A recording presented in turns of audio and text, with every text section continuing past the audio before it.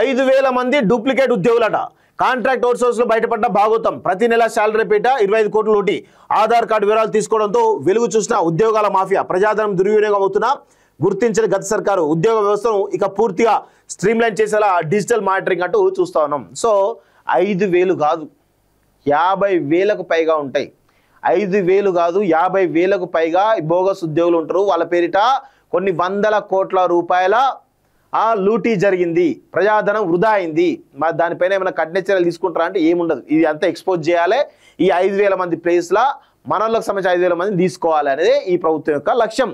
అంతే తప్ప దీన్ని మానిటర్ చేస్తుంది అనుకోవడానికి లేదు. ఎందుకంటే అవుట్ సోర్సింగ్ ఉద్యోగులకు సంబంధించినటువంటి దాంట్లో దాదాపు గతంలో 2 లక్షల లెక్క ఉండే. ఇప్పుడు అంతా 5 లక్షల దాకా వచ్చింది. కానీ 2 లక్షల లెక్క ఉంటే ఆ అవుట్ సోర్సింగ్ ఉద్యోగులందరూ కూడా ఈరోజు కాంగ్రెస్ ప్రభుత్వం అధికారంలోకి రావడానికి ప్రయత్నం చేశారు.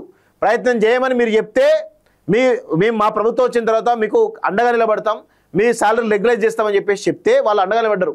కనీసం వాళ్ళని అండగా నిలబడి పక్కన పెడితే వాళ్ళకి ఇవ్వాల్సినటువంటి జీతాలు కూడా సరైన కాలంలో ఇవ్వట్లేదు ఈ ప్రభుత్వం.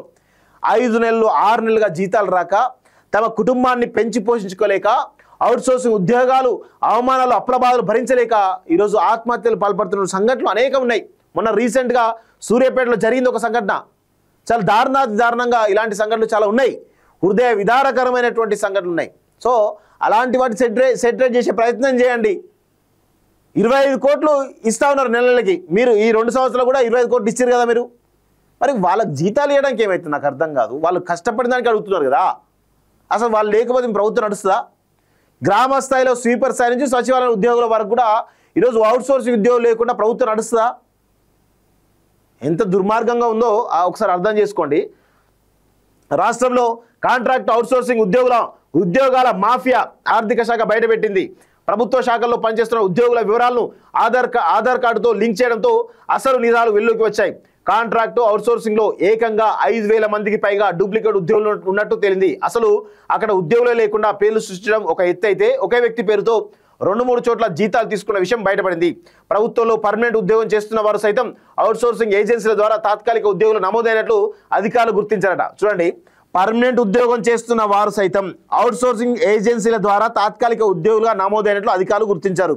కొన్ని ఏజెన్సీలు ఆయా శాఖలో కొందరు అవినీతి అధికారుల అండదండలతో ఈ దందా సాగిస్తున్నట్లు స్పష్టమవుతున్నది. ప్రాథమిక అంచనా ప్రకారం కేవలం ఈ బోగస్ ఉద్యోగాల పేరిట ప్రతి నెల దాదాపు 25 కోట్లు పక్కదారి పెట్టినట్లు సమాచారం. అంటే ఏడాదికి సుమారు 250 కోట్లు. ఏడాదికి 250 కోట్లు అంటే 10 సంవత్సరాలల్లో ఎన్ని వందల కోట్లు, ఎన్ని వందల వేల కోట్లు ఒకసారి అర్థం చేసుకోండి.